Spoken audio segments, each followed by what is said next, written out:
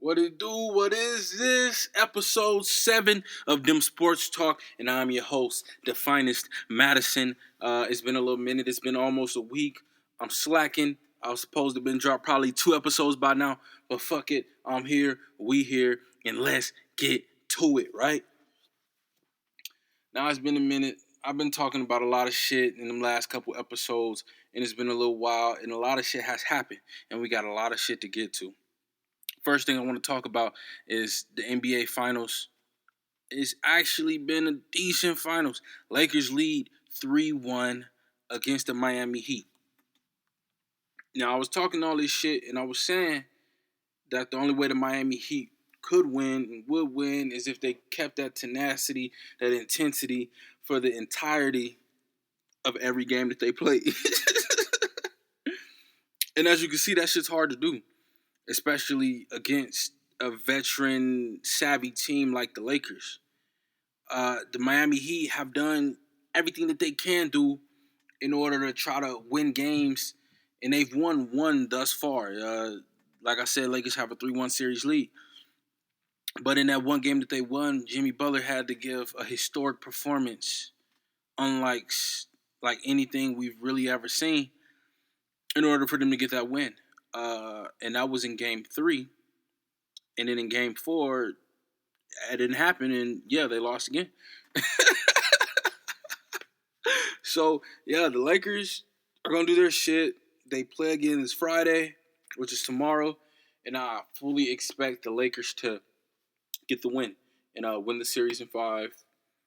And yeah, I hope the Miami Heat win, give me a little more excitement, and the series goes for a little longer. But from everything I'm seeing, the Lakers will win, and LeBron will be Finals MVP, and he will have his 4th Finals victory.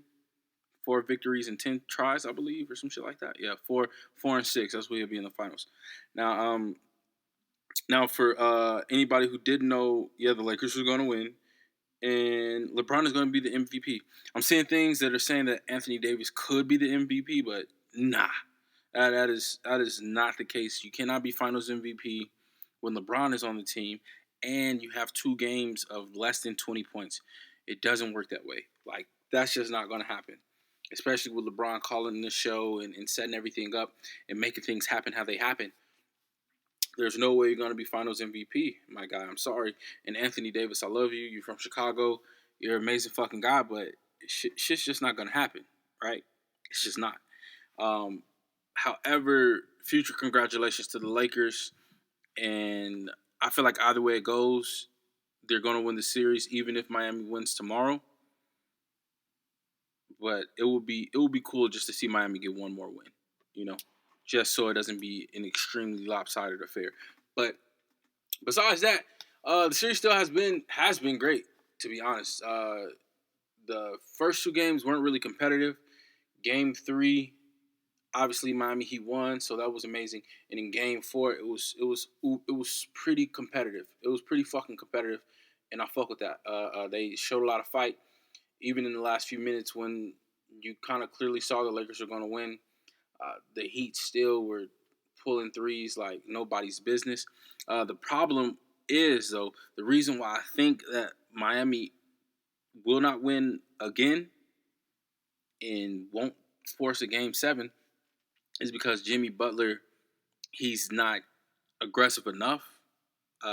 He's such a great leader that in this instance it's hurting him, right? Because in Game 3, when he was super aggressive and kept getting to his spots, kept taking his shots, and only started to pass once he started to draw the double team and he started to garner more attention, that only happened because he was so aggressive and he played like a superstar, right? In Game 4 and Games 1 and 2, he wasn't playing like a superstar. He was playing more like a role player. He was playing to get other people involved. He was playing like a distributing point guard who just can't pass that well. Like that's how he was playing. So if for Game 5 he goes to that shoot first mentality and he really makes an effort to get to his spots and get himself buckets early, turns into Jimmy Buckets and not to Jimmy Butler, then we might see a game 6. We might just see a game 6. Because even if they win tomorrow, that like game 6 is over with. Like Lakers aren't losing back to back against the Miami Heat. So that'll be fun just to see a game 6. But either way it go, it's over with. Done dada. Fucking the Lakers are gonna be NBA Finals champions, and yeah, and that's about it. Like I don't really see anything else happening with that. And then we're gonna move on to WNBA. WNBA is the next thing. In my last few episodes, I haven't really talked about WNBA, but the finals did happen and they are over. It was the Las Vegas Aces versus the Seattle Storm. Las Vegas Aces got swept. Las Vegas Aces are relatively a young team, to be honest, and it were a couple players who opted out because of the COVID-19, all that bullshit. So you kind of expected once they got to the finals versus Storm, a very veteran-heavy team with legendary players on it, that was really going to be it. Like you have a young team that's, I don't want to say shorthanded, but that are without a couple of their key pieces going against a team that is veteran heavy, very high IQ, and that have been to this moment many and many times. Like I think for the Seattle Storm, this may be their second fucking title in like 4 years or something like that. Like they're a very, very good team, and they're a very high scoring team. And that's the thing about WNBA. A lot of the teams don't score in abundance. There's probably about 4 teams who score ridiculous amounts, and Seattle Storm they're at the top of that list. Seattle Storm score a shit ton. Like literally, they swept them. It's a 5-game series for the finals, and they swept them, right? Like game 1, I want to say, what the fuck was game 1? Well, I think they averaged almost like 90 something points a game, and with this shit, that's like that's unheard of for some WNBA shit, right? So in game 1, it's 93-80. Game 2 is 104-91, and in game 3, it's 92-59. Obviously, in game 3, the Aces were just defeated. Like they didn't know what to do or how to feel. Like they were defeated, and like that's a fucking, for WNBA to have 3 straight games in 93, 104, 92 is nuts. But like I said, Seattle Storm is a high scoring team anyway. Probably ranked at the top of the league for scoring. So I was kind of expected. And the Aces they just weren't ready. They were too young, and they were missing some key pieces because of the COVID-19. So maybe Las Vegas can try again next year, but it is what it is. Now let's just trying to get through this shit quickly because I missed a lot and I've been gone for a little while. So next we're gonna go on the NHL. Last episode, which was probably like last week, I think, probably like a week and a half ago. I think I last talked about the Lightning. Yeah, so the Lightning finally won. They did win after all that shit I talked. They won in 6, and the Lightning are Stanley Cup award winners, and now they're in the offseason. And now the Lightning are selling everything except for probably about 4 players. Like everybody on their roster, except for about 4 players, are up for grabs, and they let it be known. So it looks like they're gonna, keep a core set of guys, and then they're gonna try to rebuild and get some strong and get some more people there for the future, so that way they can try to continue this dominance. Like I said before, the Tampa Bay Lightning have always been a semi-dominant team within the NHL. Always had speed, always had scoring. They just never had the right kind of stuff to make it in the playoffs. And this year, they had the stuff. They had the shit that they needed in order to win that Stanley Cup finally. Like I said, they've been one of the best teams in the league for a few years now. So that's really good to see them finally getting that Stanley Cup win. Now, we're moving on again. Fuck, we're moving fast. Let's get to this NFL. Week 5 is upon us. Today is Thursday, and tonight the Bears play the Buccaneers. I'm super excited for that fucking game, bro. Like, so excited. It's the reason why I'm excited, because I want the Bears to get another win. Obviously. And this would be a good test to see exactly what Nick Foles can do. And if you didn't know, which I'm pretty sure you did, Nick Foles is now the starter for the Bears. Mitch Trubisky, they finally set that fucking bum down because he's a fucking bum. Well, he's not a bum, but he's just too young. He doesn't make decisions well, and the game is just way too fast for him. He still needs a year or so to develop and mature. But it might be over with for him in the Bears organization, and we should see what we can do for the next couple of years with Nick Foles. But fuck Mitch, and he's fucking trash, and fuck Mitch. But tonight's game, Bears versus Buccaneers, I expect it to be a hard-fought game, but I expect our offense to do a little better than what they did last week. Last week we played the Colts. In that game against the Colts, it was a 19-11 game, and a lot of people might not have expected that, but quiet as it is kept, the Colts actually, I think, have like the number one ranked defense in the league. So, of course, I'm sad that we lost, but I'm not too upset at a 19-11 game, especially with our offensive woes going up against the number one ranked defense in the league. We played okay. I like what I saw. I just like the progress that we can make. I like the potential. If the offense can just shore up a bit more and take some of the pressure off our defense, we'd be good. But then again, it is kind of frustrating knowing the defense held the Colts to 19 points. 19 points. Like, literally all you needed to do was recreate what you did in the fourth quarter against Atlanta a couple weeks ago, and you would have won the game. Fuck, like literally 19 points. That's all the Colts fucking scored against us last week was 19. 19. And we couldn't score a touchdown and a field goal more to get to 21. All we need to do was get to 21. Shit, a touchdown with a 2-point conversion would have tied the game. But, that spilled milk. It's last week, whatever. We're here today, new week, new day. And today we play the Buccaneers. And I believe that we could win. And here's how. Buccaneers defense, not that great. And it's a short week. That's the key. Short week, defense not that great, right? And I think in the first 4 games or whatever, the Buccaneers have given up an average of 23 points per game, and they've gotten 30 points per game. I mean, yeah, so on average they're winning by a touchdown to 3-1. However, they've given up 17 to Carolina. They only gave up 10 to Denver, and they gave up 31 to the Chargers. So what I'm looking at specifically is their last game versus the Chargers.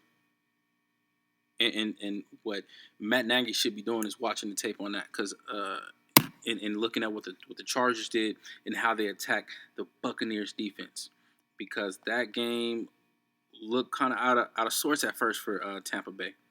They went into halftime down 24-14, down by 10.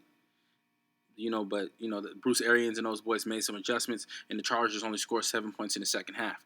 So I'm looking for this to be a good game for us, possibly get a win with Tampa Bay on a short week and having key players out with some injuries and a few players who will be playing having some little knick-knack things like Mike Evans. I'm looking forward to this, and I do think that we can squeeze out a win. Our defense will be prepared, and it will play amazing as they do on a weekly basis. But the key is for us to string together a few 13-play, 6-minute drives, 7-minute drives, just to keep Tom and Tampa Bay off the field and to keep our defense off the field so they can stay well-rested. So when it is time to play against Tampa Bay and that Bruce Arians offense, Bruce Arians and Tom Brady aren't getting those home run, 50-yard chunk plays that are just knocking the top off of us. Like, that's the key. Like, if we can keep our guys fresh for that, because at the end of the day, Akeem Hicks, Khalil Mack, Eddie Jackson, fucking Kyle Fuller, Roquan Smith, like, the defense is fucking lethal, bro.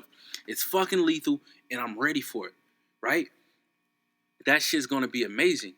And I feel the offense needs to string together some long, lengthy drives that end in points. because the defense is good to get some stops, right? So score a few touchdowns, no turnovers, and manage the clock well, and we will win. That is key. We will win. All right, now let me talk about a few other things that's going on around the NFL right now. One of the biggest things that's happening is this whole COVID-19 bullshit, right? And just right now, I just came across the screen that the Titans and the Bills game has been moved to Tuesday, and the Broncos and Patriots game is moved to Monday. Now, a few players here and there is contracting COVID-19, and the Titans specifically then had a damn near outbreak of COVID-19. And it's like, bro, what are y'all doing? It's like y'all just out here just doing the most, right? Like on a few teams, it's just one isolated player who might have did something or this, that, and the third. But on the Titans, these motherfuckers, they went to, I don't know where the fuck they was at. They went somewhere and they was just wilding. And everybody got COVID. Everybody got that shit over in Tennessee. Motherfucking NFL and NFLPA coming down like, nah, bro, we need to enact some more rules. Like, now the NFL is talking about, bro, if y'all keep on bullshitting and y'all ain't following these rules, we're going to make you niggas forfeit a game. Like, think about how big that is in the scheme of things, right? No matter what, NFL always been a 16-game season. But to forfeit a game, to have a forfeiture of a game. And just imagine if that forfeiture came against a sorry opponent. You know, like if someone was playing the Giants, right? Damn near guaranteed win. Or if you're playing the Jets, damn near guaranteed win. And because the team or a few teammates or a fucking coach or GM or whoever isn't following the rules, the NFL forces you to forfeit the game. A game that was a guaranteed win. Like, that fucks everything up. Now you looking down the pipeline like, fuck, we got to face the Seahawks, the Packers, the motherfucking Patriot, everybody else where this shit is either up in the air or it's like, man, it's going to be a hard-fought game, or, man, I don't know if we're going to win this one. Now you got to do all that shit, and it's like, fuck. Like, that's a lot of power, so they got fines, suspensions, and forfeiture. NFL taking this shit serious because they want the season to continue. And, like, at the end of the day, how you get somebody's attention is by fucking with their money. Because if the season has to be suspended because the team won't listen to the rules, that's fucking with the money of billionaires. That's fucking with the money of big corporations who are invested in these billion-dollar teams. They not letting that shit fly, bro. They not going to let that shit just happen. They need to put rules in place to scare the fucking life out of you. Keep fucking around, we going to make you forfeit a game. Where every game counts. Where you're in a division where being a number 2 seed or being a wild card or being out the playoffs can be differentiated by half a game or 1 game or 1.5 games. Like, forfeits is a no-go.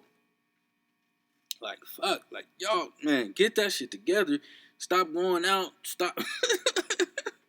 Y'all niggas need to focus on football, bro. Damn. Now, something else I need to talk about in football, because the last, probably 3-4 episodes, I was going in on the Eagles. And guess what? You niggas still trash. The Eagles are still fucking trash. Like, crazy trash, right? Now, they did finally get a win in week 4. So, that's good. They played San Francisco. I wasn't expecting the Eagles to win, to be honest. And prior to, they tied with the Bengals, right? Now, I talked a lot of shit about that Bengals tie. Like, I think that was horrible. And to be honest, I did kind of think that the Bengals were going to win that game, but the coach played for a tie because the division, NFC East, is fucking horrible. So horrible that a tie is better than a loss on paper. Of course, a tie is better than a loss. However, for the morale of the team, the tie might not be better than the loss. But after week 4, that tie seems real pretty now. Because now the Eagles are 1-2-1, which, if I'm not mistaken, puts them number one in their division. And yes, it does. At 1-2-1, they are number one in their division with one win. They are number one in their division. So playing for that tie kind of, maybe it's good coaching. Maybe it's good coaching. I don't know, but these niggas are still trash, bro. But y'all finally got a win. So congratulations to y'all. Y'all beat the San Francisco 49ers, the beat up, befuddled, third-string quarterback having ass San Francisco 49ers. So congratulations to y'all. Y'all beat them by 5. And congratulations to y'all that y'all didn't fuck up that Hail Mary play. Because y'all almost did. Y'all almost fucked up that Hail Mary play. And they almost caught that shit in the end zone, and it was about to be 27-25. That's what was about to happen. But congratulations to y'all. Because you motherfuckers, it was looking a little shaky. And also, some other shit I need to talk about. Some shit I need to walk back. Okay, so a few episodes ago, I was dick eating crazy, right? I was on Kyler Murray's dick like never before, bro. That nigga won the first 2 games. They had fucking played the fucking 49ers and the Washington football team, and I was riding high like, oh, these niggas is amazing. Bro, all they needed was D-Hop, blah, blah, blah, blah, blah. And they lost their last 2. So the 49ers lost to Detroit in week 3, 26-23, which Kyler Murray had the worst game of his career. I think he threw like fucking 4 interceptions. Fucking nuts. I'm watching the game. The whole game, he looks like way under pressure. Like nothing he's doing is working. He's so frustrated. It just went bad to worse. And yet they still only lost by 3. So, I mean, if you're looking for any good signs, Kyler Murray threw 4 interceptions and they only lost by 3. So, I mean, I guess. And in week 4, I had them beating Carolina, but silly old me forgot Teddy Bridgewater is the quarterback for Carolina. Now, I don't know if people remember, but Teddy Bridgewater was looking like he was about to be the franchise quarterback of the Minnesota Vikings a few years ago when he had them in the playoffs. Like, I'm not going to lie to you. And he got something to prove, and Carolina down there moving and grooving, right? Fuck Kyler Murray. Man, I was dick eating like fuck. And Kyler Murray just been on some bullshit. Ever since, he been on bullshit. But fuck it. This upcoming week, they go against the Jets, so that might be wavy. But on Saturday's podcast, I'm going to go into a deep dive of every matchup that we got on Sunday, Monday, and Tuesday, however they fucking going to schedule this upcoming week.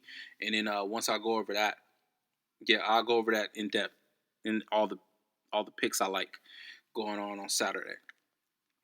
And I think that might be all I got to walk back. Oh, and one more thing I got to bring up.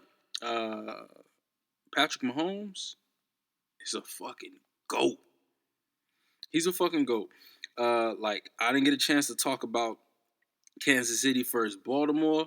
I didn't get a chance to talk about Kansas City versus New England. But we talking about it today. That Baltimore game was insane. I know I'm a little late, but Jesus Christ. Patrick Mahomes had them boys scared. They was miscommunicating, running into each other, arguing. Like, you had that coverage. No, you had that coverage. Like, that shit was insane, bro. Like, this man got y'all nervous. In that same breath, the following week in New England, you see at the beginning of the game, Bill Belichick working his magic, right? He doing Bill Belichick things. Let's take away what the fuck they feel they do best. And it was working at first. And then out of nowhere, that shit erupted. 26-10. Now, granted, Cam Newton was out last week because of the COVID-19 shit. So, who knows what would have happened if Cam Newton was in. But he wasn't there. And you can only play who's in front of you on any given Sunday. So, big props to Patrick Mahomes. My nigga, you a GOAT. I thought Baltimore was going to do some shit. But y'all destroyed them niggas. And it is what it is, man. I can't even complain or be mad or nothing. And the last thing I want to talk about regarding NFL, because I'm going to do a deep dive on the NFL on Saturday, is the Browns versus Cowboys in week 4. Jesus fucking Christ, Cowboys. Jesus fucking Christ. Like, how in the hell did you let that happen? Like, the slow starts are it's insane. If I tell you that the Cowboys scored 24 points in the fourth quarter, you should tell me the Cowboys won. Like, these slow ass starts, it's insane. And I don't even know who to blame. Like, who do you blame for this shit? All right, you blame the coach. Okay, is it Mike McCarthy? Well, they did the same shit when Jason Garrett was there. Like, is it just a team thing? Like, do y'all niggas y'all don't like to take care of the ball? Y'all don't like to do shit. Like, what the fuck? Like, y'all thought y'all had the Browns after the first because it was 14-17. Like, oh, we off to a good start. But in the second quarter, y'all let a goose egg, and the Browns scored 24 fucking points. So y'all going to have time down 31-14. What the fuck? And then in the third quarter, the Browns lay another 10 on y'all ass. And now it's 41-14. That's insane. That is insane. Bruh. I don't know what the fuck y'all need to do. Y'all need to do some soul searching or something. But it's obvious y'all ain't able to stop nobody. The only nigga on y'all defense that seem to be doing anything is Aldon Smith. And that nigga ain't played football in 5 years. That shit is nuts. Like, how the fuck are y'all getting paid 23, 24 million a year, 15 million a year, and y'all ain't doing shit? And every fucking week, Dak like, yo, we got one of the most explosive offenses in the motherfucking league, my nigga. We so good. I love my guys. We amazing. Man, these guys, I rally around them. Ain't nobody better. Nigga, bullshit. Everybody better, my nigga. Like, you niggas is just, I don't even know. Like, how are y'all, like, I'm getting a little too high octane. Let me calm down. I had my rant voice was on or whatever. But how are y'all doing all of this? And it's just, like, I don't understand it. I do not understand. Cowboys defense is just horrible, and the offense starts slow, start late. Like, y'all can't get off to quick starts consistently. Y'all can't use that explosive offense on a regular basis. It's like the explosiveness of the offense only comes alive in the fourth quarter or whenever, once you're down by 30 fucking points and the opposing defense doesn't really care anymore. That's the only time you guys look fucking explosive. Other than that, you look like fucking garbage. Like, just think about this.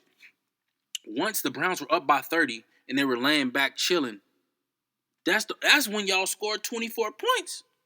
Before then, all y'all did was put up 14 in the first, and then everything else was nothing. Once y'all down by 30, now y'all look explosive. Everybody look explosive when they down by 30, nigga. Get your shit together. The fuck? Trash ass, bro. I swear to, bro, these Cowboys is poop, bro. Like, I don't get it, bro. Like, you get paid all this money to live, eat, sleep, dream football, and then you go out on the football field and it look like you give no effort. That's the real issue. It'd be different if it looked like you had effort. Like the Jets, they're 0-4, but when I watch them play, I see effort. Even when they get blown out, you still see effort. Jaguars, they getting blown out, you still see effort. You motherfuckers, I don't see no effort. It's like, what the fuck? I couldn't imagine being a Cowboy fan. Like, this shit is fucked up. And y'all keep turning the ball over like y'all don't even want that motherfucker. You be like, here you go. Like, what the fuck? Hold on to the ball, my guy. Hold on to the motherfucking ball. Like, this shit is just insane. It is fucking insane. Okay, let me calm down. All right, now let's talk baseball, all right? Because it's playoff time, and I ain't been saying shit about baseball. I don't know why. I fucking love baseball. This shit is amazing. Maybe I'm a little sad because the Cubs got kicked quick. But fuck it. Let's get into this baseball shit. They get weird. The playoffs, we are in a division series. Nigga, it is Thursday, and a couple of these games is already over. Braves punched their ticket. Astros punched their ticket. And now the Yankees trying to tie the series up with the Rays. All right, look. Only game that ain't came on yet is the Padres versus the Dodgers. What I want to talk about now is... First, I want to talk about the Astros. Because I'm pretty sure not that many people expected the Astros to do this. But they're here, and they're here, and they've done it. They just beat the Athletics in a division series. And now they're moving on along, right? So everybody thought the Athletics would win, at least before the series started, I'm sure. Because, I mean, throughout the regular season, they did seem to be the better team. But you got to remember, once these playoffs start, it's like a whole new season. And that's how I always look at it. I always view baseball as about, on a regular year, you might view it as about 3 different seasons. On a regular year, you got your long 162 games. Then you have your postseason, and the regular season with that 162 shit. That's about 2 seasons put into one. I looked at it as the first half of the season, second half of the season. So it's like 2 seasons, and then once the playoffs start, you revamp how you do your lineup, how your rotation go, and how you play your guys. And now that's a whole different third season. Now with this shortened season for this COVID shit, you had your 60-game season where every fucking game mattered. And now you have a postseason. And now it's completely different, especially with the extended rosters and shit of that nature, right? So, with that being said, I knew if the Astros got into the postseason, which they did, teams were going to be in trouble. And here's why. Even with all the allegations of cheating and the beating on the trash cans and all that shit, even if you have all that info, you still need to be able to hit the ball.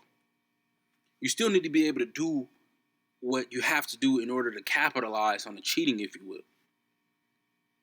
The cheating part is just the information and the relay of information.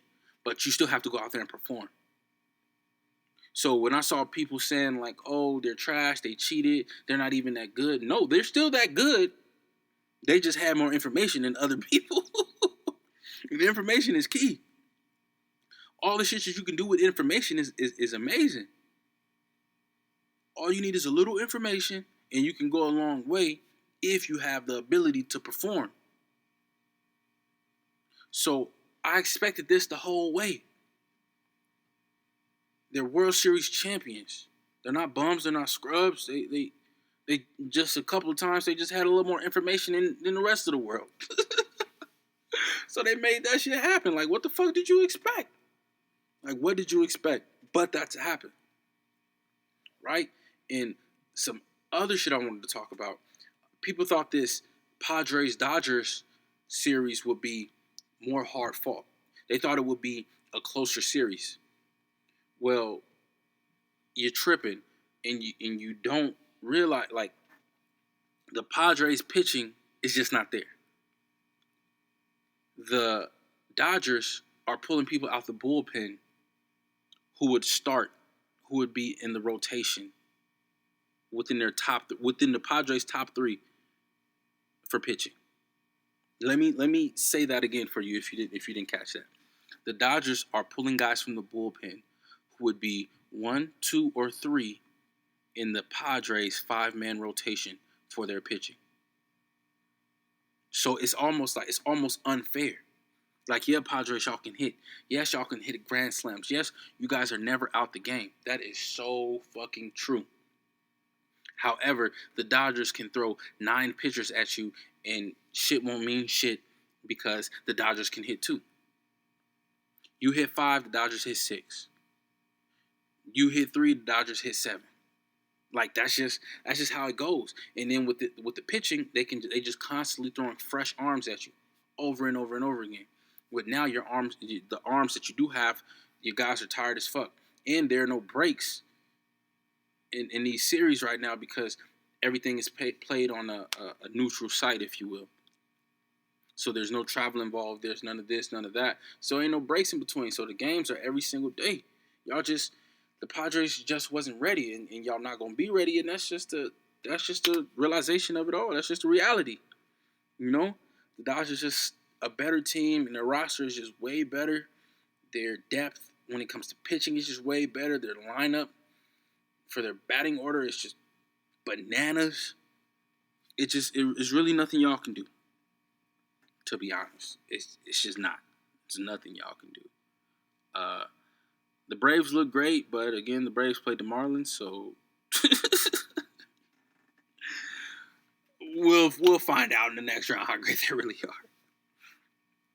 And the Yankees, how about them Yankees? Right? They're playing Tampa Bay, and a lot of people like Tampa Bay to win it all, but the Yankees are not going to go quiet.